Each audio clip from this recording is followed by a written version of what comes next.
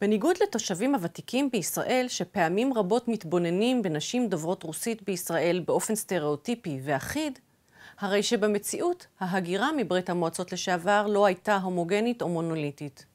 ביחידה הקודמת ראינו יצירות של וננה בוריאן ואלכס קורבטוב, שמתייחסות באמנות שלהן לסטריאוטיפים שדרכם רבים בחברה הישראלית רואים את הנשים המהגרות, ובעיקר הם רואים בנשים האלה קבוצה אחידה. ברית המועצות לשעבר הייתה גוף שאיגד מספר גדול של ארצות שונות יחד, שמוצבו על פני שטח גיאוגרפי נרחב, ובו חיו קבוצות תרבותיות שונות ומגוונות מאוד. אפשר לראות את ההבדלים בין האומנות של יוצרות שחיו ברוסיה הלבנה, לבין האומנות של יוצרות שחיו ברפובליקות האסייתיות של ברית המועצות לשעבר. היוצרות שהיגרו לישראל מארצות הקווקז משקפות בעבודות שלהם מרכיבים דתיים ותרבותיים שהם החלאה בין מאפיינים כלל סובייטיים ובין מרכיבים מקומיים. האומנית רימה ארסלנוב, שנולדה בשנת 1978 בטאג'קיסטן, יוצרת עבודות שמשקפות את התרבויות השונות שהיא ספגה בילדותה.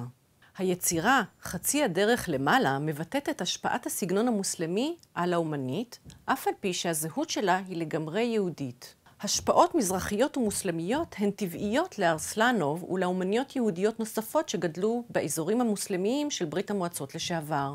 ארסלנוב עושה שימוש במסורת של דגמים מופשטים שהיו נפוצים בעיקר במסגדים. היא מנחסת אותם לעצמה. היא בוחרת במודע להיות אישה יוצרת של מוטיבים כאלה, שעל פי המסורת המקומית היו נעשים בעיקר על ידי גברים מוסלמים. עכשיו היא יוצרת אותם כאישה וכיהודייה ומצהירה שהם חלק מהתרבות שלה. ארסלנוב יוצרת גם פסלים תלת-ממדיים, בעלי מידות גדולות במיוחד. בעבודה הזאת, שנקראת משרביה ונעשתה בשנת 2011, היא יצרה פסל גדול שממדיו הם 1.20 על 1.20 מטר, שמחכה אלמנט ארכיטקטוני של סבכה, שנקראת לפעמים גם גריד. הסבכה היא מעין חלון שקבוע בתוך קירות של מבנים. בבנייה המסורתית בארצות האסלאם מרבים להשתמש במשרביות במקום בחלון שעשוי זכוכית כמו שמקובל בארצות המערב. הפסל עשוי מבסיס של קורות עץ שעליהן הדביקה ארסלנוב שכבות ספוג ואז ליפפה עליהן פרווה סינתטית אפורה, כסופה ורכה.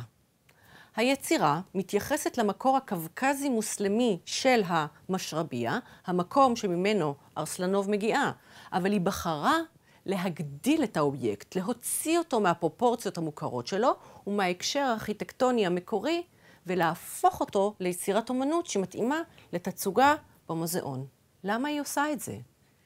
היא עושה את זה משום שהיא מעוניינת להוסיף לו היבט מגדרי ולהציע ביקורת חברתית פמיניסטית.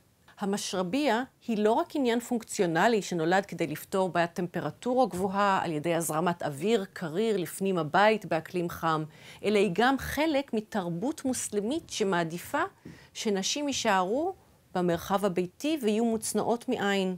בכדי שבכל זאת נשים יוכלו לראות מעט ממה שקורה במרחב הציבורי כשהן נמצאות בתוך הבית שלהן, המשרביה מאפשרת להן להציץ החוצה אל המרחב, וזאת מבלי לצאת ממש למרחב הציבורי, ובעיקר מבלי להיראות מבחוץ. ארסלנוב מכבדת ואוהבת את הצורה הסגנונית של המשרביה, אבל היא מתנגדת למסורת שמבקשת מנשים בארצות מוסלמיות להיות מוגבלות אל המרחב הביתי. לכן היא מוציאה את המשרביה מתוך הקיר, הופכת אותה לפסל עצמאי ומגדילה אותה באופן מוגזם. הפעולה האומנותית הזאת מאפשרת לה להפקיע את המשרביה מהתפקיד המקורי שלה, מההקשר הארכיטקטוני שלה ומהמסורת שמגבילה נשים לבתים שלהן.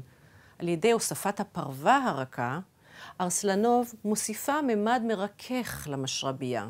השימוש בפרווה הופך את האובייקט הזה למשהו רך ונעים, שכמו מושך את היד לגעת, ללטף.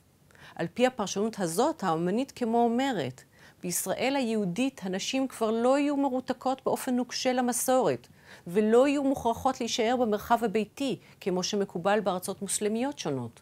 ארסלנוב ממשיכה במשך שנים רבות ליצור עבודות שבהם היא כוללת משרביות וגם מוטיבים נוספים של אורנמנטיקה אסלאמית.